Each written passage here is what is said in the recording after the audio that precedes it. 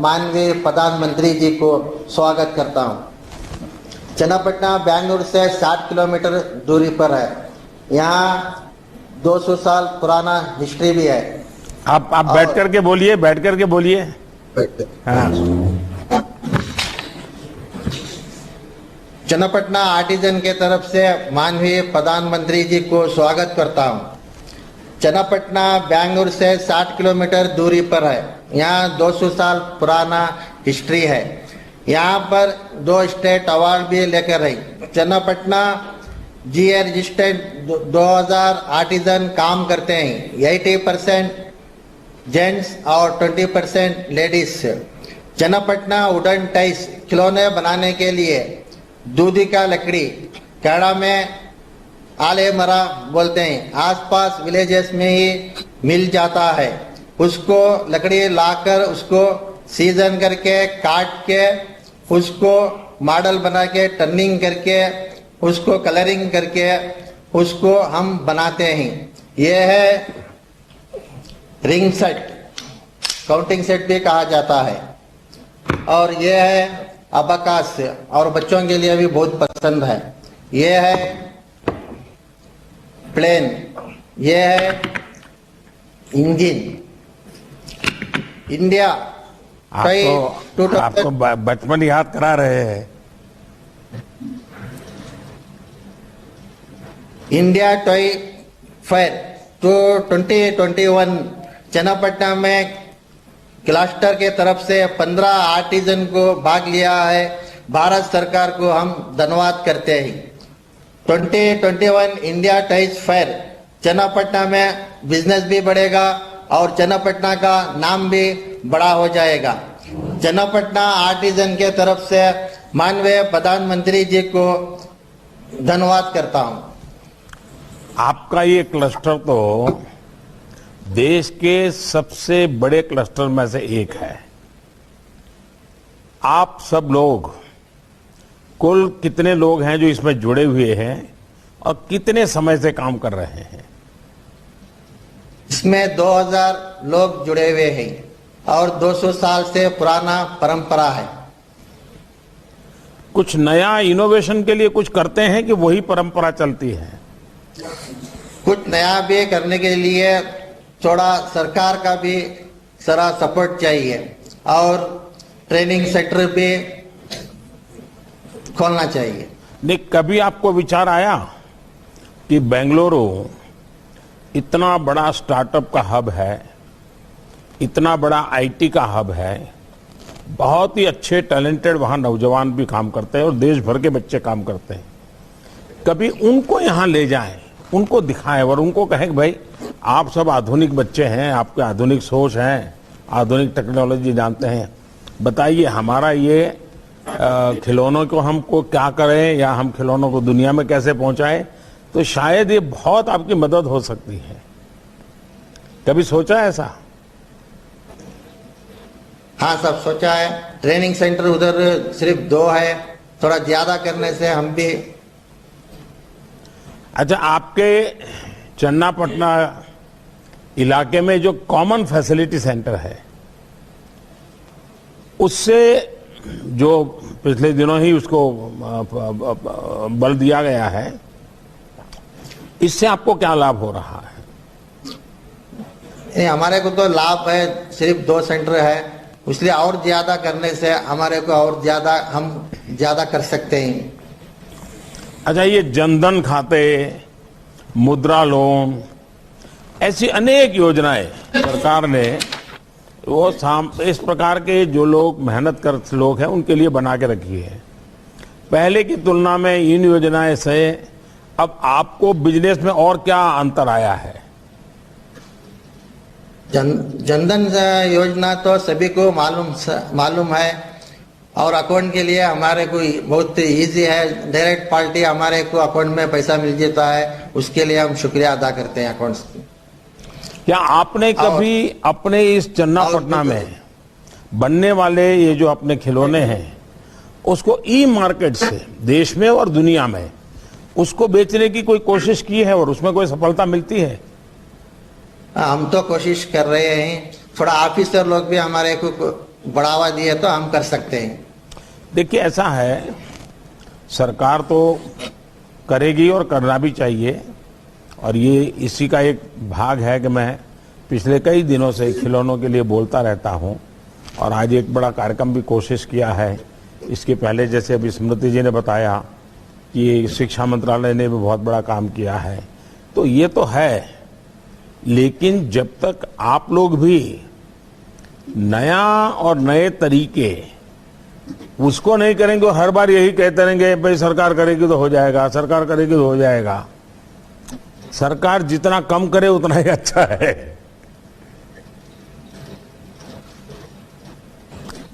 चलिए, मुझे बहुत अच्छा लगा आपसे बात करने का मुझे मौका मिला। अब चन्नापटना के उत्पादों को सिर्फ एक क्षेत्र, राज्य या देश में ही नहीं, दुनिया के स्तर पर हमें प्रसिद्ध करना है। चन्नापटना के खिलौनों से पूरी दुनिया के बच्चों के चेहरे खिल उठे, इसके लिए हमें मिलकर काम करना है। और जैसे आपकी अपेक्षा है, सरकार को आप सुझाव देंगे तो हम जरूर उसमें सक्रियतापूर्वक आपके साथ जुड़ेंगे।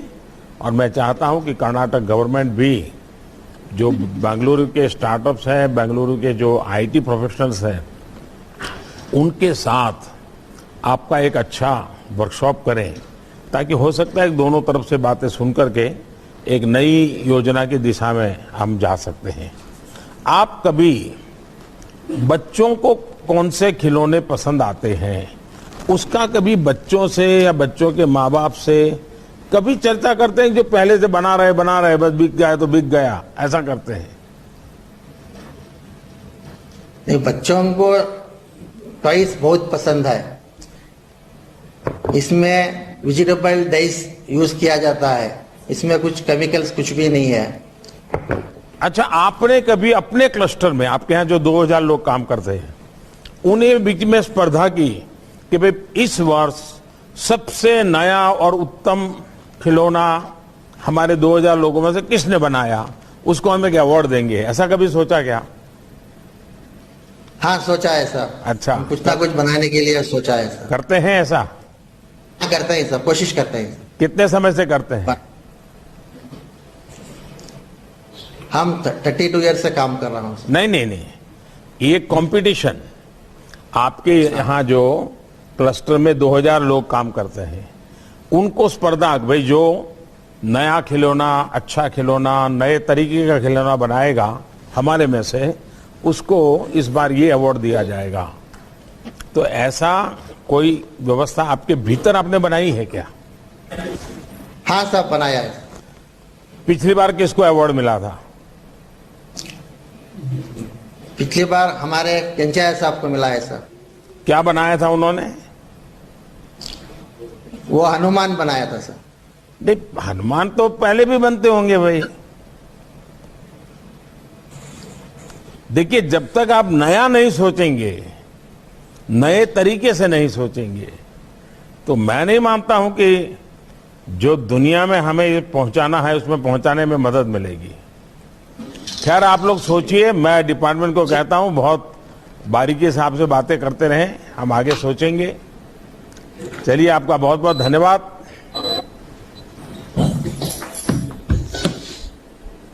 प्रधानमंत्री जी, अब हम चलते हैं उत्तर प्रदेश के वाराणसी के खिलौना बनाने वाले कारीगरों के पास। यहाँ के लकड़ी से बने खिलौने बहुत मशहूर हैं। उत्तर प्रदेश का वाराणसी टॉय क्लस्टर। भारत के आदरणीय प्रधानमंत्री जी को, सभी बनारस वासियों की तरफ से आप बैठिए। और वाराणसी में आया हूं और आप हर हर महादेव न बोले, ऐसा कैसे हो सकता है? हर हर महादेव।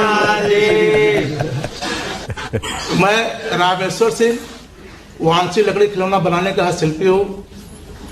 भारत सरकार ने हमको 2015 में नेशनल मेरिट अवार्ड से पुरस्कृत किया हुआ है। और वाराणसी में जो लकड़ी खिलौना बनाने वाले लोग हैं, करीब 1200 हैं प्रधानमंत्री जी। उसमें से 1000 पुरुष हैं, 200 महिलाएं हैं। ये खोजवा, कश्मीरी गज और आसपास के इलाकों में विस्तृत है। हमारा जो इसमें एक राष्ट्रीय पुरस्कार और 7 राज्य पुरस्कार शिल्पी हैं। हम लोग जो लकड़ी खिलौना पहले कोरिया की लकड़ी में बनाते थे, लेकिन विगत वर्षों से हम लोग यूकेलिप्टस की लकड़ी से लकड़ी खिलौना बना रहे हैं और गोरख की लकड़ी द्वारा हम लोग मूर्ति बनाते हैं। इसका प्रोसेसिंग ये ऐसा है कि हम लोग अपने मन चाहा हिसाब से लकड़ी को काट लेते हैं और काटने के बाद में पारंपरिक टूल द्वारा और पारंपरिक कुंद मशीन पे इसको चढ़ा करके उसको मनचाहा शेप देने के बाद में लाख जो होता है कलरफुल लाख से द्वारा इसको अंतिम रूप देते हैं। 2013 में माननीय प्रधानमंत्री जी हमारे इस लकड़ी खिलौने को बौद्धिक संपदा अधिकार में रजिस्टर्ड किया गया और हमारी ये जो कला है वर्षों पुरानी है। हमारे पूर्वज जो है इसको इसी पारंपरिक कला से इसको बनाते चले आ रहे हैं। हम लोग सभी आर्टिजन भाई मिल करके इस कला को आगे बढ़ा रहे हैं। हमारे यहाँ पर विभिन्न प्रकार के लकड़ी खिलौने बनाए जाते हैं, जैसे कि बच्चों के लिए चुसनी, जो कि जब दांत निकलता है तो माननीय प्रधानमंत्री जी बच्चों के लिए चुसनी बनाया जाता है और घुघना बनाया जाता है। और हम जो खेलते थे लट्टू जो रस्सी वाला है वो बनाते हैं। हमारा और भी उत्पाद है जो कि घरेलू उत्पाद भी है। अच्छा, ये मुझे बताइए, देखिए मैं तो आता रहता हूं, तो जब भी आता हूं तो कभी न कभी तो आप लोगों के बीच आने का मुझे मौका भी मिलता है। आपके खिलौने भी मुझे देखने का अवसर मिला है। और जैसा आपने बताया कि आजकल नए नए खिलौने चलते हैं। देखिए, बच्चों की बड़ी विशेषता होती है, जो अगल बगल में देखते हैं ना उसको वो जीना चाहते हैं। मैं पक्का मानता हूं कि आज कई घरों में बच्चे जब खिलौने लेकर के खेलते होंगे तो माँ बाप से झगड़ा करते होंगे कि मेरे खिलौने को मास्क लगाओ। वो आग्रह करते होंगे कि मेरा खिलौने को मास्क क्यों नहीं है।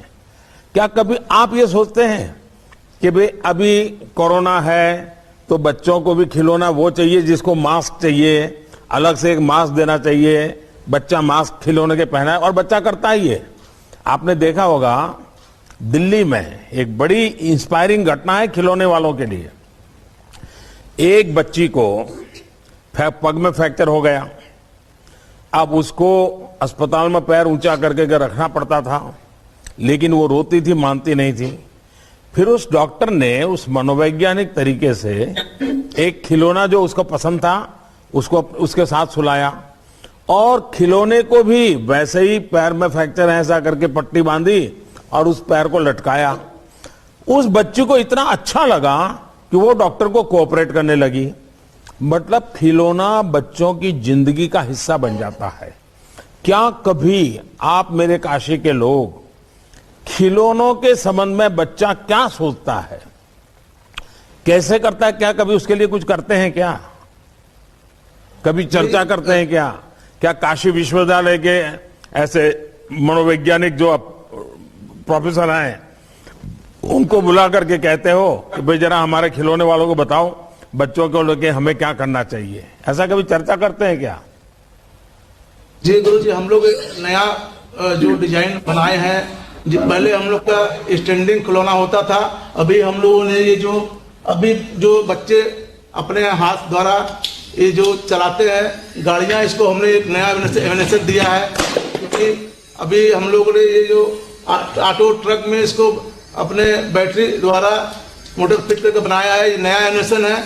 और हम इसको सेंसर द्वारा इसको रोक नहीं पा रहे हैं, बैक नहीं कर पा रहे हैं। प्रधानमंत्री से निवेदन है कि हमको नई टेक्नोलॉजी के द्वारा इसको अटैच किया जाए, जिससे कि हमारा लकड़ी खिलौना जो है और आगे बढ़े।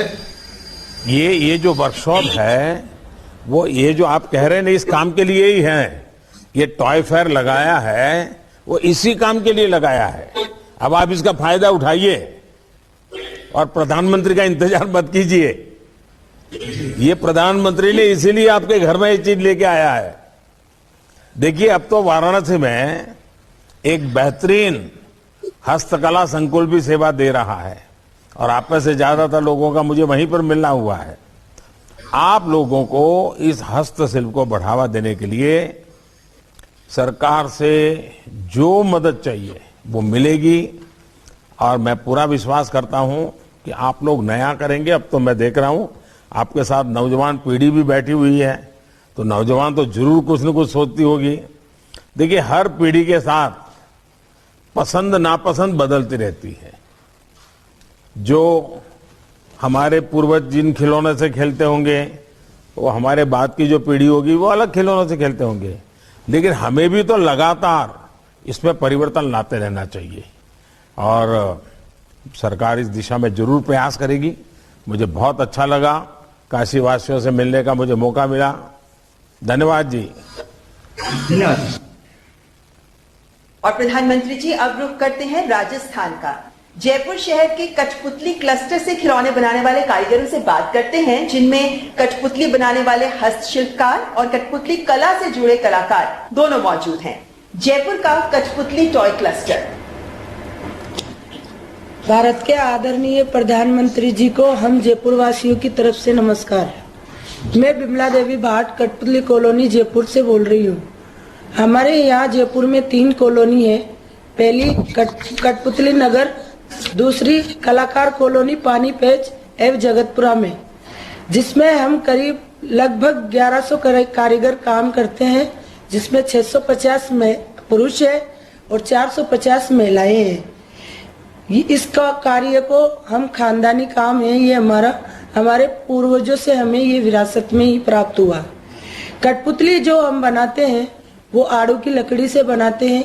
आड़ू की लकड़ी को छील के हम अलग अलग आकार देते हैं, फिर उसको विभिन्न तरह से पेंट करते हैं, फिर उनको पोशाकें बनाई जाती है, जिसमें लहरिया, बंधेज और राजस्थानी चुनरी प्रमुख है।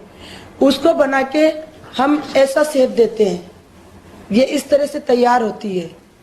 और 27 फरवरी 2021 को जो टॉय फेयर लगा है, इंडिया टॉय फेयर, उसमें हम 15 आर्टिस्टों को भाग लेने का अवसर मिला है और हम बहुत खुश है कि इसमें हमारी कला को आगे बढ़ाने का उत्साह मिल रहा है। उसके लिए इंडिया टॉय फेयर और प्रधानमंत्री जी का हम तहे दिल से धन्यवाद देते हैं। चलिए, मुझे अच्छा लगा। शायद ही हमारे देश में कोई बालक ऐसा होगा कि जिसने कठपुतली का खेल न देखा हो और कठपुतली का खेल देखने के लिए उसका मन न कर गया हो। आप सोचिए, दुनिया इतनी बदल गई, टेक्नोलॉजी इतनी आ गई, बड़े बड़े अरबों खरबों रुपयों के बड़े बड़े थिएटरों में और बड़ी बड़ी फिल्में आने लग गई, लेकिन आपके प्रति जो बालक मन का आग्रह रहता है, उसको देखने की क्यूरियोसिटी रहती है, वो जरा भी कम नहीं हुई है। ये एक तो सबसे पहले कठपुतली कला से जुड़े हुए आप सब बधाई पात्र हैं, आपके पूर्वज बधाई के पात्र हैं और आपने इसमें गौरव रखा हुआ है। आप में मैंने देखा है कि बहुत ही बड़े पढ़े लिखे लोगों का ऑडियंस बैठा हो, बड़ी 5 स्टार होटल में किसी कोने में आप काम कर रहे हो, मैंने देखा है कि आपका कॉन्फिडेंस लेवल बड़ा गजब होता है। सामने बैठा वाला कितना बड़ा धनी है, कितना पढ़ा लिखा है, आपको कोई असर नहीं होता है। आप अपने कठपुतली के उन खिलौनों में बिल्कुल रम जाते हैं। ये मैंने देखा है और ये ही आपकी सबसे बड़ी ताकत है।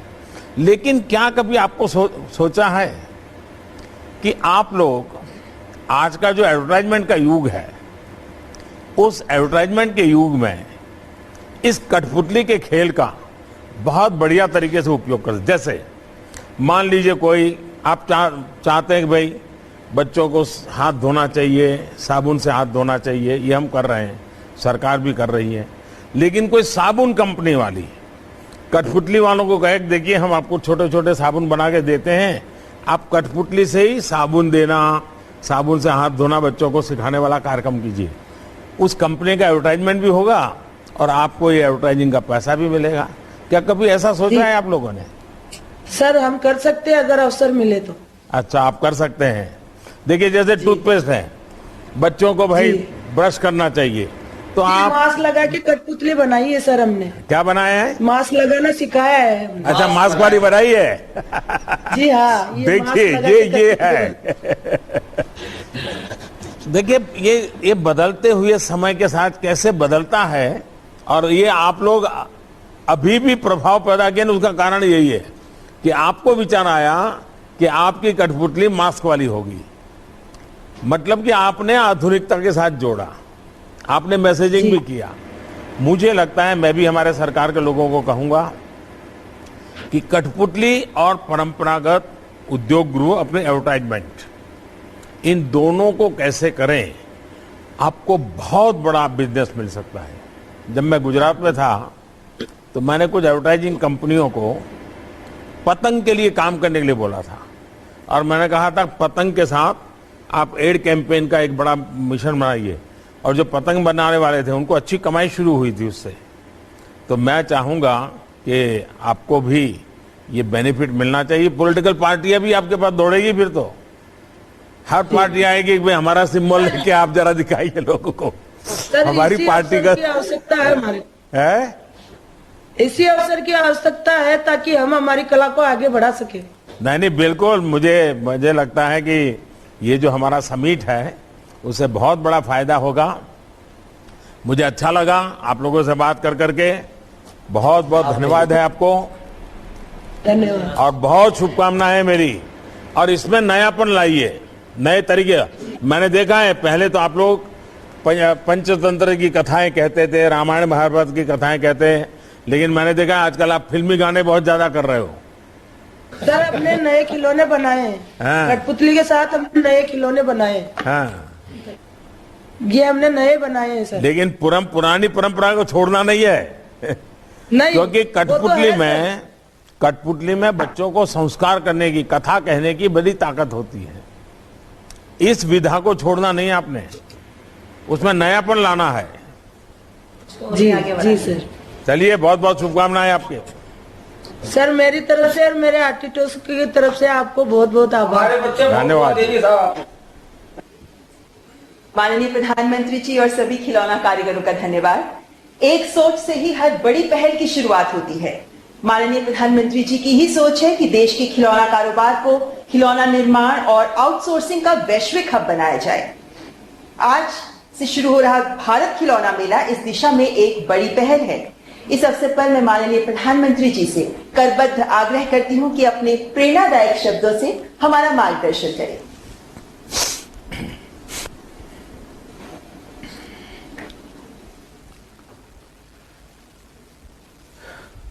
आप सभी से बात करके ये पता चलता है कि हमारे देश की टॉय इंडस्ट्री में कितनी बड़ी ताकत छिपी हुई है।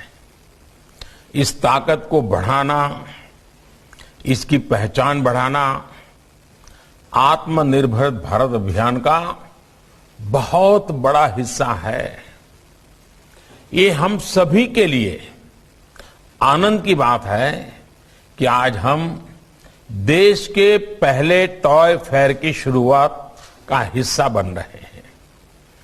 टॉय फेयर के इस कार्यक्रम में मेरे साथ जुड़ रहे कैबिनेट के मेरे सभी साथी, टॉय इंडस्ट्री से जुड़े सभी प्रतिनिधिगण, सभी कारीगर भाई बहन, पेरेंट्स, टीचर्स और प्यारे बच्चों, ये पहला टॉय फेयर केवल एक व्यापारिक या आर्थिक कार्यक्रम भर नहीं है। ये कार्यक्रम देश की सदियों पुरानी खेल और उल्लास की संस्कृति को मजबूत करने की एक कड़ी है। मुझे बताया गया है कि इस कार्यक्रम की प्रदर्शनी में कारीगरों और स्कूलों से लेकर बहुराष्ट्रीय कंपनियां तक 30 राज्यों और केंद्र शासित प्रदेशों से 1000 से अधिक एग्जीबिटर्स हिस्सा ले रहे हैं। आप सभी के लिए एक ऐसा मंच होने जा रहा है जहां आप खिलौनों के डिजाइन, इनोवेशन, टेक्नोलॉजी से लेकर मार्केटिंग, पैकेजिंग तक चर्चा परिचर्चा भी करेंगे और अपने अनुभव साझा भी करेंगे। टॉय फेयर 2021 में आपके पास भारत में ऑनलाइन गेमिंग उद्योग और ई स्पोर्ट्स उद्योग के इकोसिस्टम के बारे में जानने का अवसर होगा। मुझे ये देखकर भी अच्छा लगा कि यहां पर बच्चों के लिए ढेरों गतिविधियां भी रखी गई हैं। मैं टॉय फेयर के इस आयोजन में अपनी भूमिका निभाने वाले सभी साथियों को हार्दिक बधाई देता हूं। साथियों, खिलौनों के साथ भारत का रचनात्मक रिश्ता, क्रिएटिव रिलेशन उतना ही पुराना है जितना इस भूभाग का इतिहास है। सिंधु घाटी सभ्यता, मोहनजोदारो और हड़प्पा के दौर के खिलौनों पर पूरी दुनिया ने रिसर्च की है। प्राचीन काल में दुनिया के यात्री जब भारत आते थे, वो भारत में खेलों को सीखते भी थे और अपने साथ खेल लेकर भी जाते थे। आज जो शतरंज दुनिया में इतना लोकप्रिय है, वो पहले चतुरंग या चादुरंगा के रूप में भारत में खेला जाता था। आधुनिक लूडो तब 25 के रूप में खेला जाता था। हमारे धर्म ग्रंथों में भी आप देखिए, बाल राम के लिए अलग अलग कितने ही खिलौनों का वर्णन मिलता है। गोकुल में गोपाल कृष्ण घर के बाहर अपने मित्रों के साथ कंदूक यानी बॉल से खेलने जाते थे। हमारे प्राचीन मंदिरों में भी खेलों के, खिलौनों के शिल्प को उकेरा गया है। खास करके तमिलनाडु में, चेन्नई में अगर आप वहां मंदिरों को में देखेंगे तो ऐसे कितने ही उदाहरण देखने को मिलेंगे कि मंदिरों में भी अलग अलग खेल, अलग अलग खिलौने, वो सारी चीजें वहां आज भी दीवारों पर दिखती हैं। साथियों, किसी भी संस्कृति में जब खेल और खिलौने आस्था के केंद्रों का हिस्सा बन जाएं, तो इसका अर्थ है कि वो समाज खेलों के विज्ञान को गहराई से समझता था। हमारे यहां खिलौने ऐसे बनाए जाते थे जो बच्चों के चहुमुखी विकास में योगदान दें, उनमें एनालिटिकल माइंड विकसित करें। आज भी भारतीय खिलौने आधुनिक फैंसी खिलौनों की तुलना में कहीं सरल और सस्ते होते हैं, सामाजिक भौगोलिक परिवेश से जुड़े भी होते हैं। साथियों, रीयूज और रिसाइकलिंग जिस तरह भारतीय जीवन शैली का हिस्सा रहे हैं, वही हमारे खिलौनों में भी दिखता है। ज्यादातर भारतीय खिलौने प्राकृतिक और इको फ्रेंडली चीजों से बनाते हैं। उनमें इस्तेमाल होने वाले रंग भी प्राकृतिक और सुरक्षित होते हैं। अभी हम वाराणसी के लोगों से बात कर रहे थे। वाराणसी के लकड़ी के खिलौने और गुड़िया को देखिए, राजस्थान के मिट्टी के खिलौने देखिए, ऐसे ही पूर्वी मेदिनीपुर की गलर गुड़िया है, कच्छ के कपड़ा डिंगला और डिंगली है, आंध्र प्रदेश के इटिकोपक, बोम्मलू और बुधनी के लकड़ी के खिलौने हैं। कर्नाटक जाएंगे तो वहां के चन्नपटना खिलौने अभी जो हम तो देख रहे थे, तेलंगाना के निर्मल खिलौने, चित्रकूट के लकड़ी के खिलौने, धुबरी असम के टेराकोटा के खिलौने, ये सब खिलौने अपने आप में कितने डाइवर्स हैं, कितनी अलग अलग खूबियों से भरे हैं, लेकिन सब में एक समानता है कि सभी खिलौने इको फ्रेंडली और क्रिएटिव है। ये खिलौने देश के युवा मन को हमारे इतिहास और संस्कृति से भी जोड़ते हैं और सामाजिक मानसिक विकास में भी सहायक होते हैं। इसलिए आज मैं देश के टॉय मैन्युफैक्चरर्स से भी अपील करना चाहूंगा कि आप ऐसे खिलौने बनाएं जो इकोलॉजी और साइकोलॉजी दोनों के लिए बेहतर हो। क्या हम ये प्रयास कर सकते हैं कि खिलौनों में कम से कम प्लास्टिक इस्तेमाल करें, ऐसी चीजों का इस्तेमाल करें जिन्हें रिसाइकल कर सकते हैं। साथियों, आज दुनिया में हर क्षेत्र में भारतीय दृष्टिकोण और भारतीय विचारों की बात हो रही है। भारत के पास दुनिया को देने के लिए एक यूनिक पर्सपेक्टिव भी है। ये हमारी परंपराओं में, हमारे परिधानों में, हमारे खान पान में, हर जगह ये विविधताएं एक ताकत के रूप में नजर आती हैं।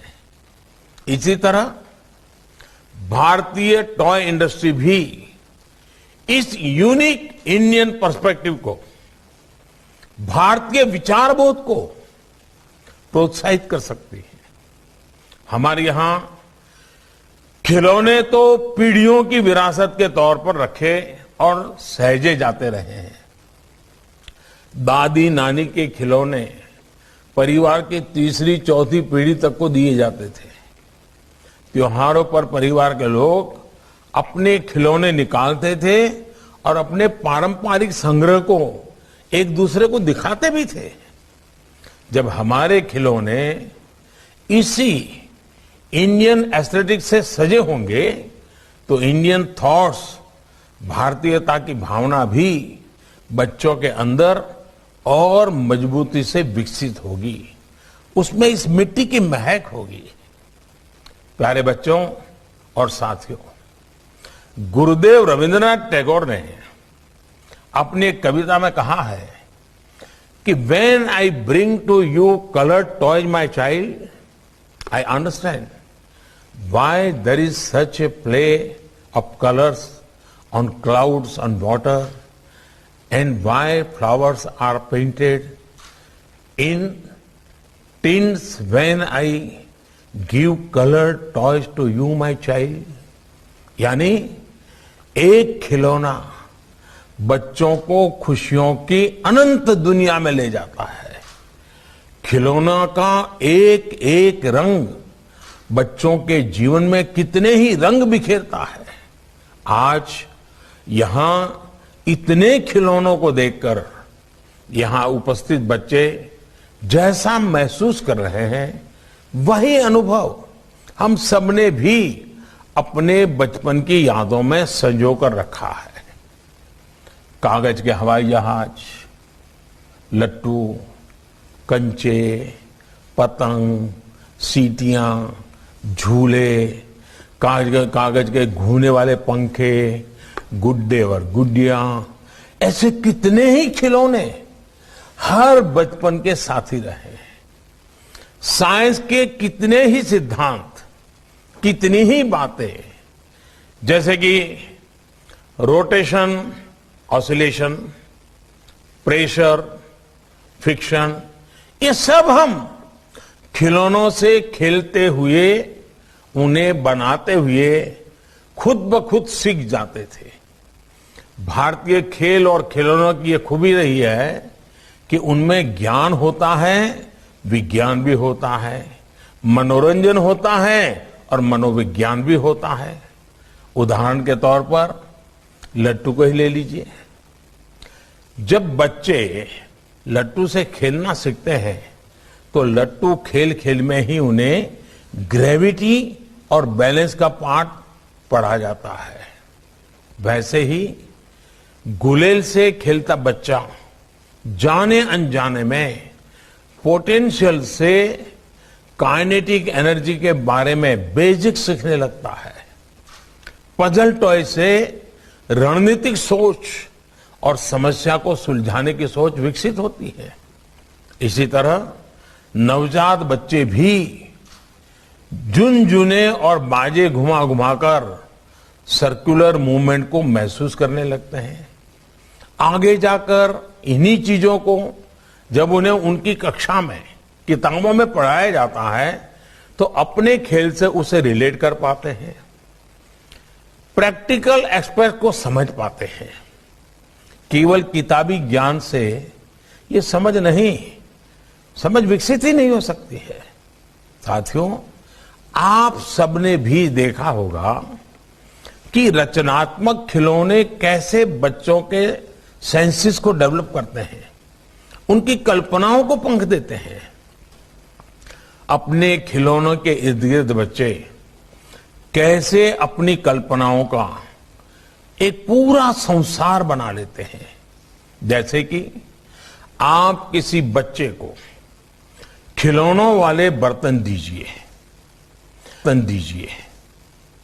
वो ऐसे व्यवहार करना लगेगा जैसे कि पूरे किचन की व्यवस्था संभाल रहा है और पूरी परिवार को वही आज खाना खिलाने वाला है। उन्हें आप जानवरों वाले खिलौने दीजिए तो अपने मन में एक पूरा जंगल बना देता है, खुद भी आवाज निकालने लगता है, जो भी ठीक लगे उसको लगता है कि ये शेर है तो ऐसी आवाज निकालता है। उन्हें एक टेथोस्कोप दे दीजिए, थोड़ी देर में देख लीजिए वो डॉक्टर बन जाएगा, फैमिली डॉक्टर बन जाएगा और पूरे परिवार के सबकी तबीयत जांचना शुरू कर देता है, जांच पड़ताल करना लग जाता है। ऐसे ही केवल एक बॉल से वो घर के भीतर पूरा फुटबॉल ग्राउंड बना लेते हैं। रॉकेट का खिलौना मिलते ही स्पेस मिशन पर वो निकल पड़ते हैं। उनके सपनों की उस उड़ान की कोई सीमा नहीं होती, कोई अंत नहीं होता। बस उन्हें एक छोटा सा ऐसा खिलौना चाहिए जो उनकी उत्सुकता को, उनकी क्रिएटिविटी को जगा दे। अच्छे खिलौनों की यह खूबसूरती होती है कि वो एजलेस और टाइमलेस होते हैं। आप भी जब बच्चों के साथ खेलने लगते हैं तो इन खिलौनों के जरिए अपने बचपन में चले जाते हैं। इसलिए मैं सभी माता पिता से ये अपील करूंगा कि आप जिस तरह बच्चों के साथ पढ़ाई में इन्वॉल्व होते हैं वैसे ही उनके खेलों में भी शामिल होइए।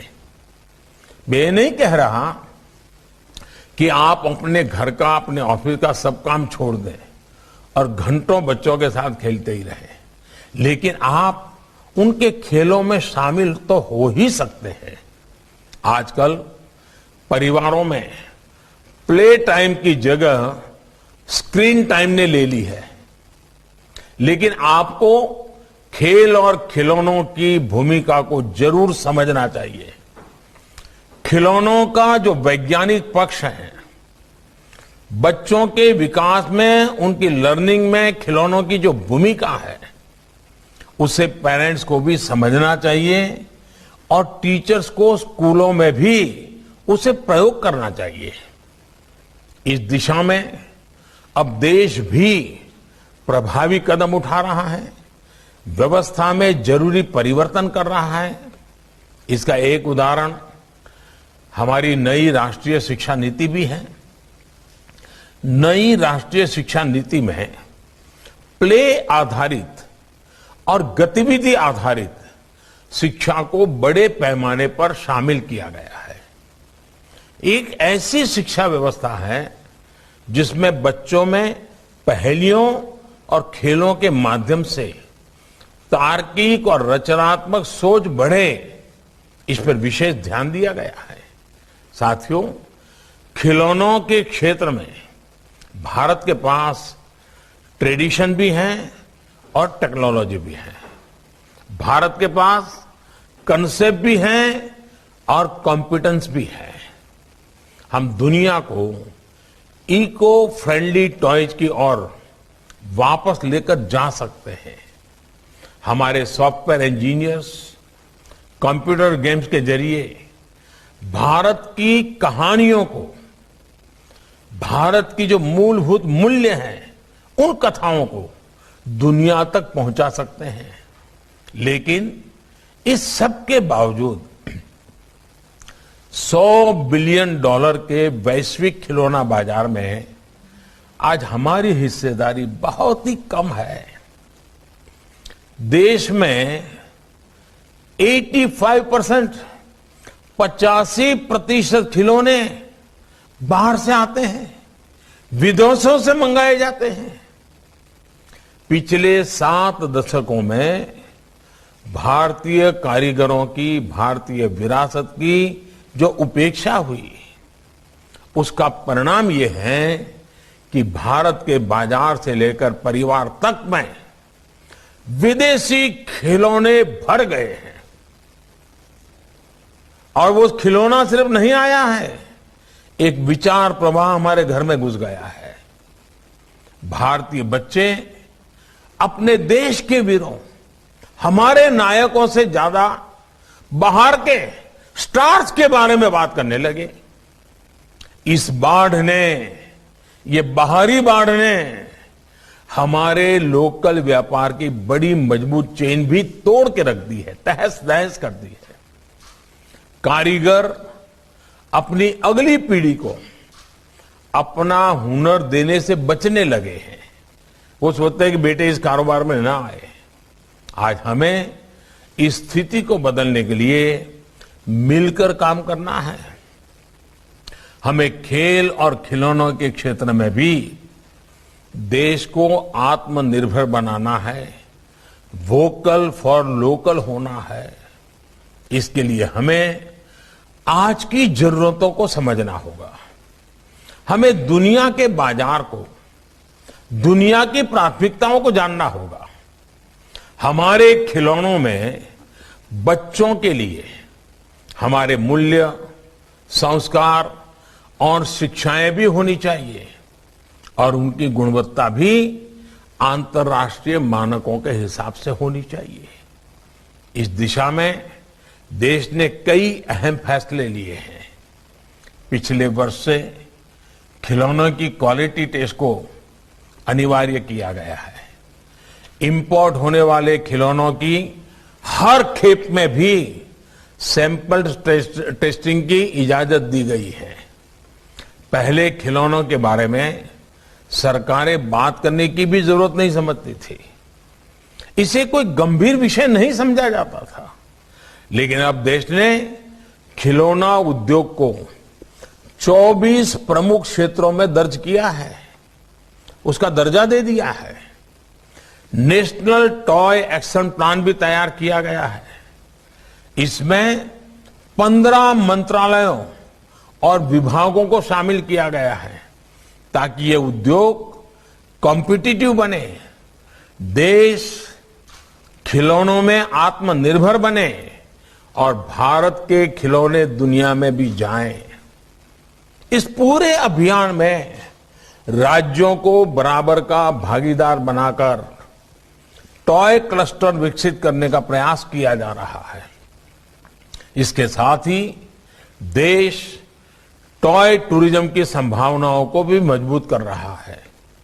भारतीय खेलों पर आधारित खिलौनों को प्रमोट करने के लिए देश में टॉयकाथॉन 2021 का आयोजन भी किया गया था।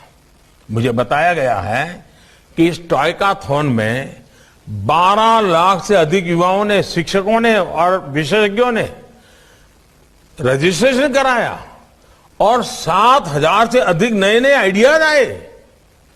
ये दिखाता है कि दशकों की उपेक्षा और कठिनाइयों के बावजूद भारत की प्रतिभा, भारत का हुनर आज भी असाधारण संभावनाओं से भरा हुआ है। जिस तरह भारत ने अतीत में अपने उल्लास से, अपनी ऊर्जा से मानवता के जीवन में रंग घोले थे, वो ऊर्जा आज भी उतनी ही जीवंत है। आज टॉय फेयर के इस अवसर पर हम सबकी जिम्मेदारी है कि हम इस ऊर्जा को आधुनिक अवतार दें, इन संभावनाओं को साकार करें। और हां, याद रखिए, अगर आज मेड इन इंडिया की डिमांड है तो आज हैंड मेड इन इंडिया की डिमांड भी उतनी ही बढ़ रही है। आज लोग खिलौनों को केवल एक प्रोडक्ट के रूप में ही नहीं, बल्कि उस खिलौने से जुड़े अनुभव से भी जुड़ना चाहते हैं। इसलिए हैंड मेड इन इंडिया को भी प्रमोट करना है। हमें यह भी याद रखना है कि जब हम कोई खिलौना बनाते हैं तो हम एक बाल मन को गढ़ते हैं, बचपन के असीम उल्लास को गढ़ते हैं, उसमें सपने भरते हैं। यही उल्लास हमारे कल का निर्माण करेगा। मुझे खुशी है कि आज हमारा देश इस जिम्मेदारी को समझ रहा है। हमारे ये प्रयास आत्मनिर्भर भारत को वही स्फूर्ति देंगे जो स्फूर्ति बचपन में एक नई दुनिया रचती है। इसी विश्वास के साथ आप सभी को एक बार फिर से अनेक अनेक शुभकामनाएं। और अब दुनिया में हिंदुस्तान के खिलौनों का डंका बजाना ये हम सबका दायित्व है। हमें मिलकर का प्रयास करना है, निरंतर प्रयास करना है, नए नए रंग रूप के साथ प्रयास करना है, नई नई सोच, नए नए विज्ञान, नए नई टेक्नोलॉजी हमारे खिलौनों के साथ जोड़ते हुए करना है। और मुझे विश्वास है कि ये हमारा टॉय फेयर हमें उस दिशा में ले जाने के लिए एक बहुत मजबूत कदम के रूप में सिद्ध होगा।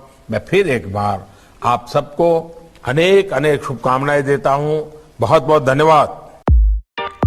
क्या आप भी मिस कर रहे हैं आपके फेवरेट फूड को? तो आज ही आए engineer cafe fast food zone, जहां आपको मिलता है पिज्जा, बर्गर और साथ ही फास्ट फूड की सारी वैरायटी बेस्ट सर्विसेज के साथ।